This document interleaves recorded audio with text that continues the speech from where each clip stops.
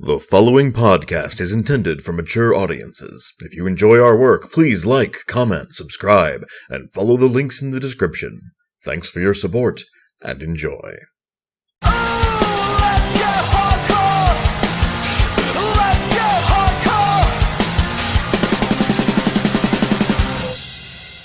Greetings and salutations, jive turkeys. This is a Two Nerds podcast. I'm Eric J. Chucci, joined as always, riding shotgun by the boy. Hey. We're talking today, probably among a number of other things, but most focusedly on another role-playing setting in Powered by the Apocalypse. Yeah, have we actually covered any of the others in Powered by the Apocalypse? Monster Hearts. Yeah, we covered Monster Hearts, that's right.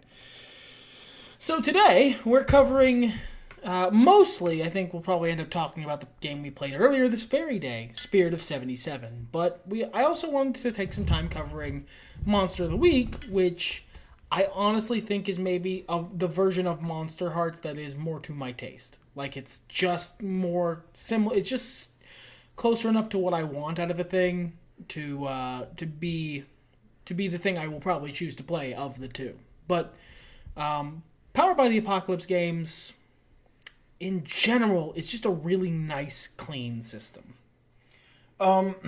Specifically, the reason I chose to run this one shot that I ran tonight was I was introducing someone new to role-playing. And I think Powered by the Apocalypse is great for that because it's very rules-light, it's very dice-light, and very open to interpretation. Now, there is a bit of a double-edged sword with that, because even though they describe the moves and all that stuff, unless you have it sitting in front of you, with a myriad of options of basically do whatever the hell you want in front of you, it can be a bit daunting to decide among those things what you can do. But once you make those decisions, it's really easy to feel comfortable about going forward and rolling those dice. And, you know, what constitutes a success and a failure is really simple, and, you know, it's just not that bad. We might have had deeper thoughts on the system, and we'll go into it a bit more as well, but we might have had deeper thoughts in the Monster Hearts episode, so if you want to look that one up, go for it. It's in the past. You know how to look through a web browser. I'm not going to link it because I don't get paid. Good work ethic. All right, so... It is 2018 in America. Anyway,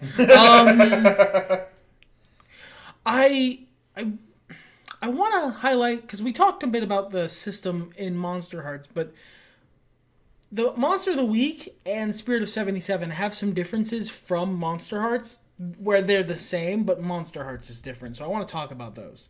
I don't know if Monster Hearts had the experience mechanic the other two do, and I really wanted to talk about that, because it's probably, for the kind of experience mechanic it is, the very story-driven version, it's probably one of the cleanest I've seen.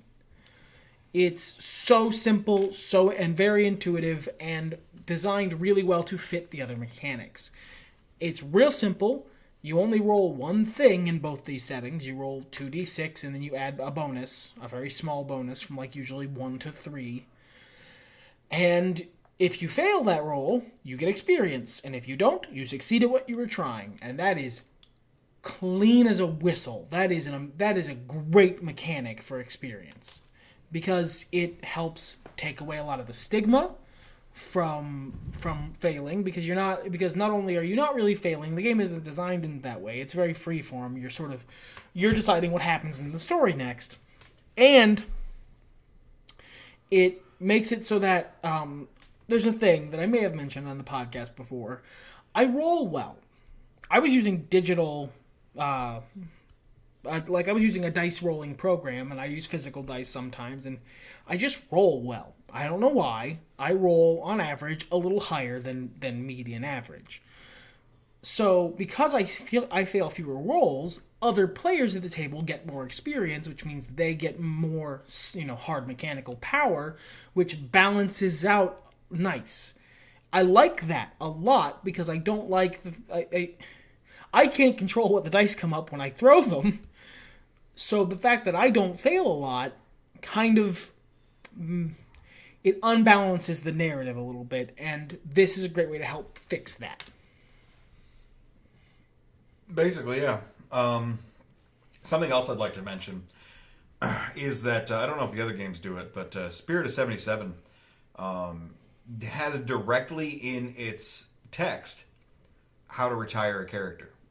Oh, I didn't notice that. Yeah, once you get to level 5, from that point onward, anytime you want to stop playing the character, it's safe to do so. They become an NPC and the DM decides what happens to them. Sort of. You have the final say. If you decide to change your character before level 5, they become an NPC and the DM decides what happens to them. Period. Oh, so there's a, you're that actually really helps incentivize people to retire characters.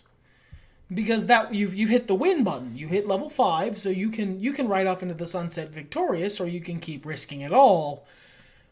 That's nice. Yeah. That's actually super cool. Yeah. Basically, the guideline they give is like, okay, so what do you want your character to be doing now? Oh, I want to, take in my earnings and start that bar that me and my dead wife always talked about, or, I'm finally going to track down the real killer or whatever. Yeah, you basically, you end that character's story so the game can continue. Mm-hmm. That's really cool. Like my character from tonight, he owes some shady people some money. If I reach level 5, it would be the one last big job to finally get enough to pay off his debts and get clear. Well, and the levels keep going up until like 9 or 10, I think. But once you hit level 5, you're safe. So, like, it also harkens back to the very serial TV show, comic book, 70s style, obviously, that the game is meant to invoke. If it wasn't clear, Spirit of 77 is a 1970s Pulp Fiction game. Not the movie Pulp Fiction. Sort of the movie Pulp Fiction. Yeah, you can do the movie Pulp Fiction. It's marketed very heavily as like a stylized version of the 70s, of specifically the late 70s, the pop culture, what was popular on the TV, what was popular, what's popular in movies about that time period, and it does it really, really well. And there's a lot of custom lingo and all the text, and instead of charisma, you have smooth, And despite the fact it does it really well, even though it's essentially the exact same mechanics and the exact same overarching style of mechanics as Monster of the Week, which is another game we played, which is just it's just slightly different. Yeah, actually, one of our players was helping them make a character tonight, and their character was a really similar archetype to the one I played in Monster of the Week. They had a similar move. They were both detective-y characters. But they felt very different in execution because of all of the trappings around it, and the Powered by the Apocalypse people, whatever the name of the company is, I don't know, their ability... Powered by the Apocalypse is a separate thing that you can license out. Monkey Fun Studios are the ones that did Spirit of 77. Well, Monkey Fun Studios, then. Their ability to really just sort of bake in genre into every single part of the setting helped your character in Monster of the Week, which was also really good at evoking a very specific vibe of Supernatural or the Dresden Files novels or that sort of thing.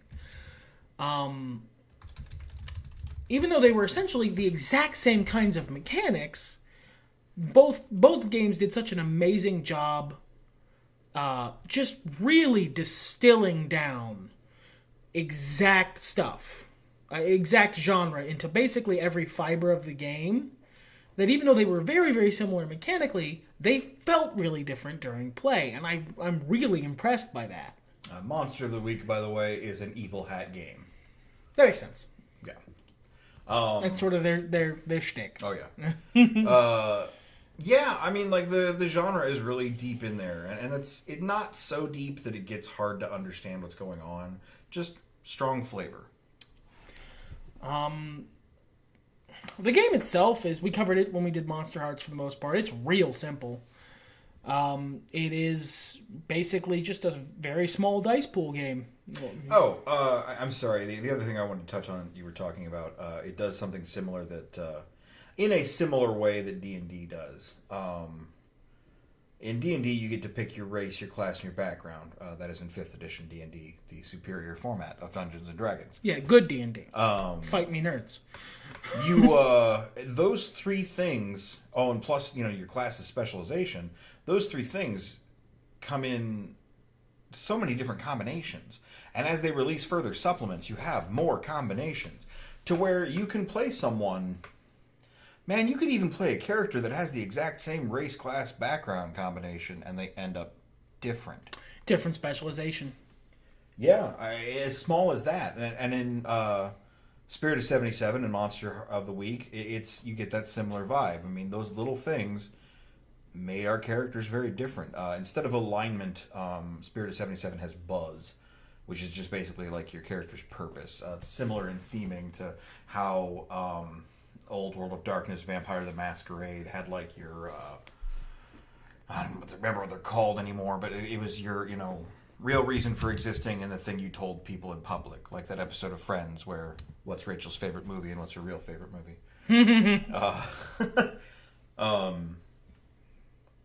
Yeah, and buzz is a really good mechanic because it doesn't put a moral judgment on things. Mm-hmm. It basically is just, those 5th edition D&D has the bonds, flaws, and ideals. Yeah, it's a lot like that. It's that, but boiled down to its most essential component. What is your character looking for? And that gives the DJ, their term for DM, a nice hook to dangle in front of your character. A nice. It's a decent segue, my guy. Yeah, thank you. Yeah, they also have a system called hooks, which were in other games. The first time I ran across it was when we were playing Beyond the Wall. Yeah. Yeah, that was the first time I ran across it. Yeah, as a specific mechanic in the game. I've heard it tossed around the table before, but as a hard game mechanic, I dig it. I have stolen it for the D&D campaign I'm running right now.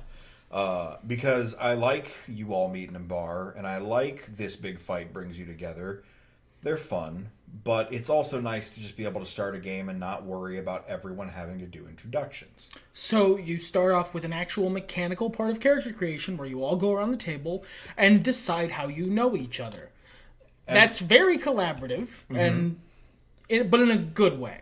Yeah, and like your hooks and your buzz, following them gives you bonus experience, which is it's pretty decent. Like that's a good way to earn, your roleplay experience essentially. Yep, and it's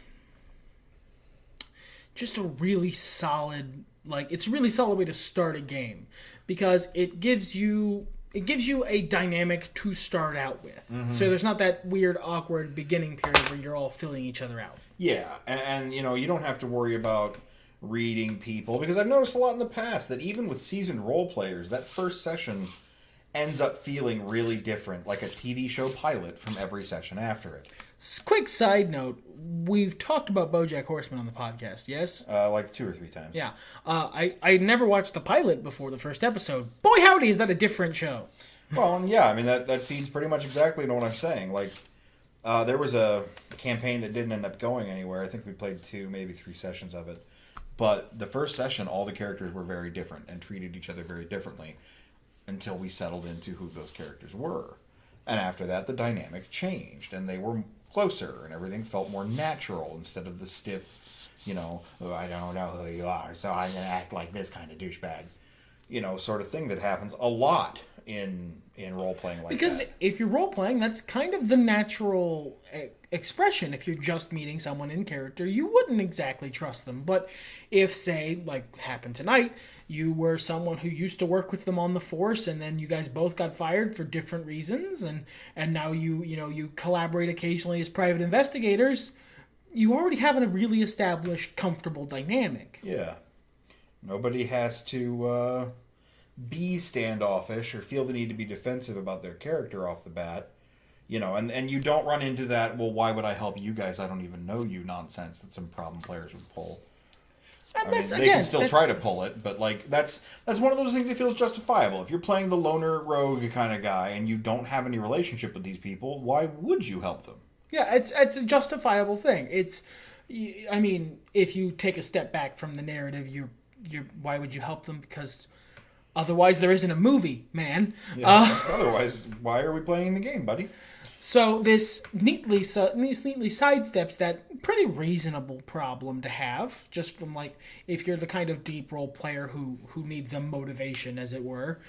It sidesteps it by giving you an inherent reason. Like, why would I help this? Why would my private investigator call this, cool lady who has a super cool car? Why would she give a shit that he wants her help? Because they already know each other, and there's already something that they have in common, that they already have a dynamic that's just neat. It's just tidy.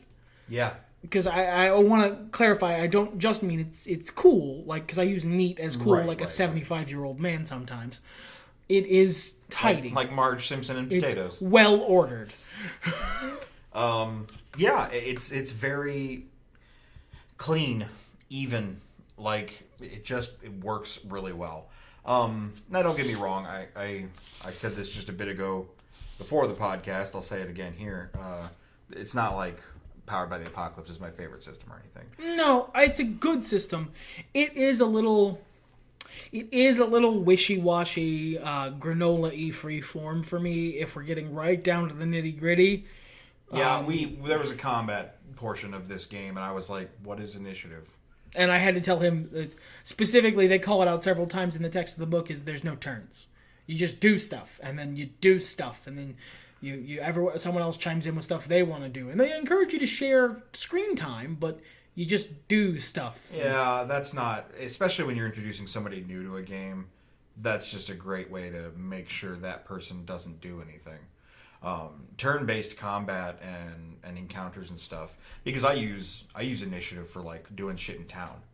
I'll have everybody roll initiative in D&D, and okay, what are you doing at this place when you've all split up? What are you doing in this place? It's not like one turn at a time. It's one little scene at a time, but it just gives you an order to go on. Right. And in combat in this, I was like, okay, we'll go by whoever has the highest hustle to the lowest hustle.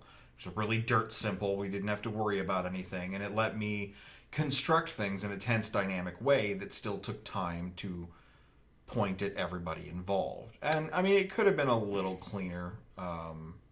I get where they're coming from with there doesn't need to be an initiative, but especially when you are introducing someone new to role-playing to a game system. There kind of does, though. Yeah, there does have to be a little more structure. I would argue, even if you're dealing with seasoned role players, at a certain point, you have to know how much you can accomplish. You have to know what you can do before you're out of it, before the enemy gets to act, or before the other person needs to input what they do, so they don't just end up standing around. Yeah. You need pacing, and to get good pacing, you kind of need turns. This is the part where I'm not a free-form enough role player to really embrace this system fully, because a bunch of it just doesn't make any sense to me. But, I, for many years before 4th edition came out, really liked 3rd edition D&D. So, I tweaked the hell out of it. We didn't have attack of opportunity rules pretty much at all. There were some other rules that I changed, It had a good core idea and good core strengths. There were just some esoterica that I decided to change. Now, there is another thing that is mentioned in the book that I do want to call out, is that they don't just go rule 0. They go like turbo rule 0. One of the first things they mentioned, because I read through a bit of the book itself, just start to finish, was, okay, here's the central idea. If there's something you need to determine, you don't know whether or not it succeeds or not, you roll 2d6, you add them up, this is success, this is failure. We're going to give you a whole bunch of other stuff coming up. Use as little or as much of it as you want to. So they the fact that we tossed out their weird share the mic idea and went with actual regular turns, thank you, is something that they fully endorse. Well, and as much as I liked the cool names for their moves, which is basically what doing anything is, it was weird. It was weird, first of all, not to be rolling any dice. When you're the DM, when you're the DJ, you don't roll dice. Stuff just happens because you say it does. And then if the players want to do something about that, they roll dice. Which was a little strange, but okay, I rolled with it. I mean, I don't hate that, honestly. It was a little weird not prompting you guys to roll for stuff, too. Like, I don't hate it either, but, like, that was... It really incentivizes proactive play, which It is does. something they want to incentivize. Sure, and or it incentivizes you as the DM to just not. If it would be more interesting if they could do this thing and it is reasonable for them to do so, just fucking let them do it. Yeah. And I don't know that that's something I'm going to take with me necessarily. Maybe in a small dose or something. But One of the central concepts is you only roll dice when it's interesting to roll dice. yeah, and that was cool. I mean, it led for a very narrative focused session, Which again is what they're aiming for. One of the other rule zeros they have is that the story is more important than the mechanics. Period. If there's a time when story and mechanic conflict, story wins. There. All discussions are over. The fiction, I believe, as they call it. Yeah, is put the what- fiction first. Yeah. And that's, again, even if I'm not wholly on board with the, very freeform, very narrative role-playing, there is a place for mechanics, and I do like mechanics. I can't say it's badly designed. It's incredibly well designed. That is a very ironclad, just watertight system to do exactly what it's designed to do. It's about as well designed as 4th edition D&D. Keep in mind, I don't like 4th edition D&D that much, but that's a compliment coming from me because it's just watertight. Yeah. It does exactly what it plans on doing at every moment. Every decision is clearly aimed to this one very specific end, and I have to compliment that even if it's not wholly to my taste. You know, you mentioned about proactive players being the focus of Powered by the Apocalypse, and I think that's why I was so frustrating to David when we were playing Monster Hearts, because I decided to make rolls all the time. Yeah. And the stat I kept rolling with was really high. So I just kept making things happen. And being on the other side of the screen, I get exactly what was going on there. And, that had to have been so... Because it's exactly what the system wants you to do as a player. Yeah. Get involved. Make decisions. Do But, stuff. I was so proactive that it was causing shit to happen. So that's interesting. It's an interesting perspective flip. And I really dig that. I like being able to see both sides of a situation like that. Yeah. I do want to spend some more time. Mine is just me being grumpy about I want rules. There are some bits of Powered by the Apocalypse in general, this in Spirit of 77 in specific, that aren't things I amazingly love. I'm not actually a humongous fan of the way they structure their characters. I like the overall idea, what's your story, what's your origin story, what's your role in the narrative, your story, your role, that's good.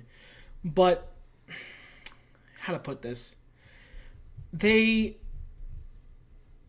is a problem of the various, and this is a fixable problem with homebrew it yourself, which they suggest, but there's only so far I'm willing to give slack for that. There's not a lot of options.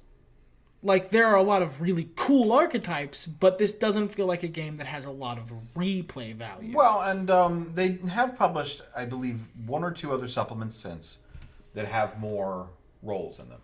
You keep talking, and I will Google. Yeah, because that's a great way of improving this game.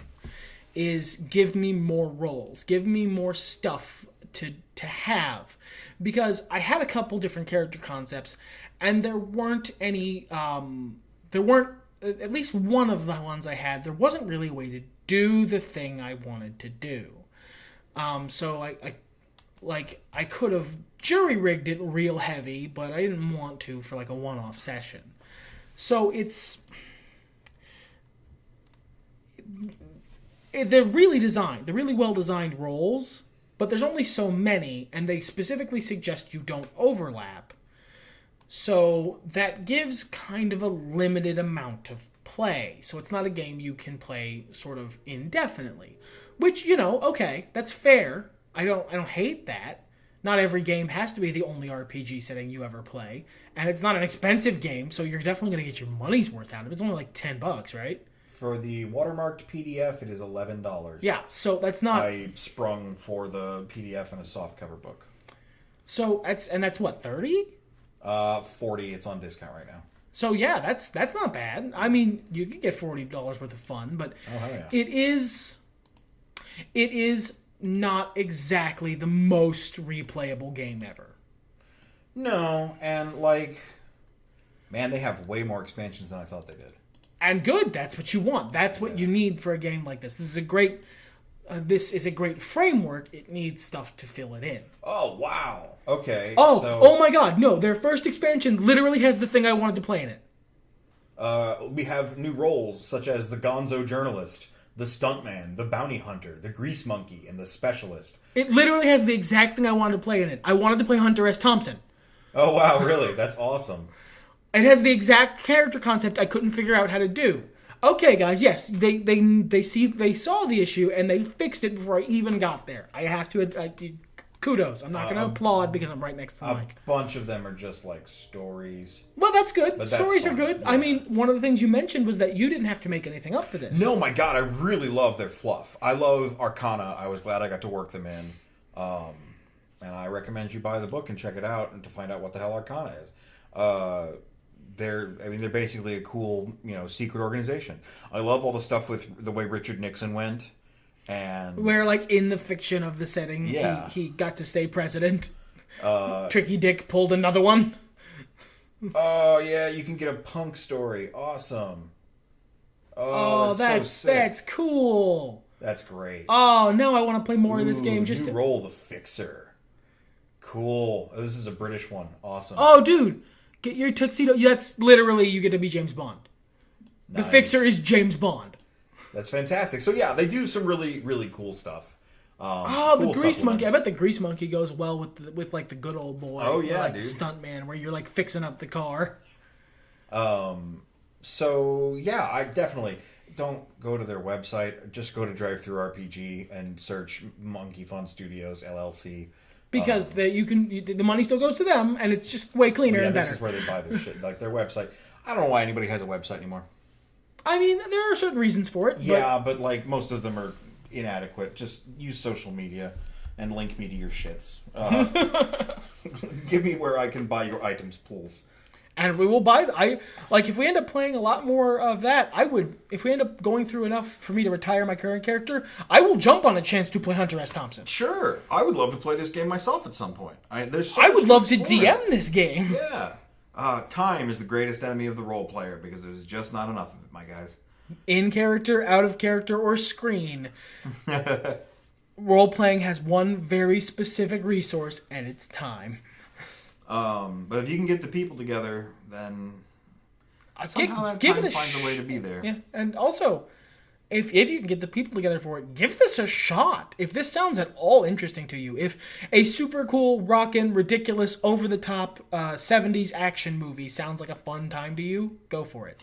Well, and there's even like options in there for crazy $6 billion man shit and space aliens and... Yeah, basically, is it like any wackadoo shit that would be a movie either in the 70s or made later by someone who loves the 70s, like Quentin Tarantino?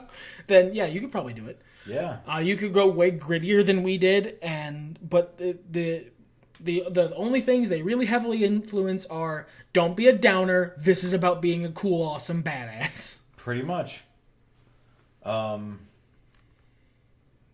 Yeah, I'm very pleased in general with my experience with Spirit of 77. I've actually been looking into playing this game I've been wanting to do a 1970s game for years. Yeah, same.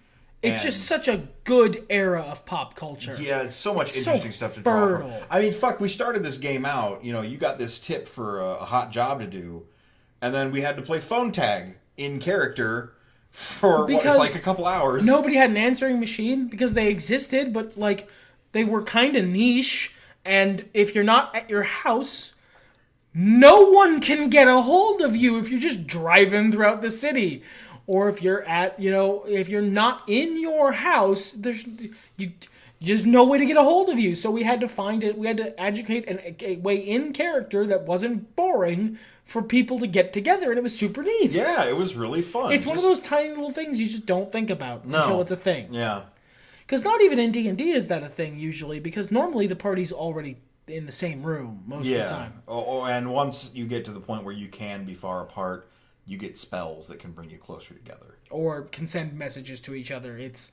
because of the nature of magic in D&D, it is legitimately harder to get a hold of someone in the 1970s than in a D&D medieval setting.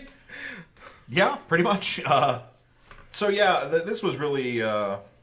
well, that was another thing, too, because microwaves existed, but they were super new, future tech kind of shit. Mm-hmm. So I had your character eating a can of soup that he cooked on the stove like a Neanderthal. So yeah, I didn't have a science of it. Just yeah, some of the fun facts and weird shit that we got to do because it was the 1970s. Man, it was I had a really groovy time, and I would recommend it to anybody who likes big afros and badasses. Same, man. I think we're all set here. Yeah. Yeah. Everything's better when nerds talk about it.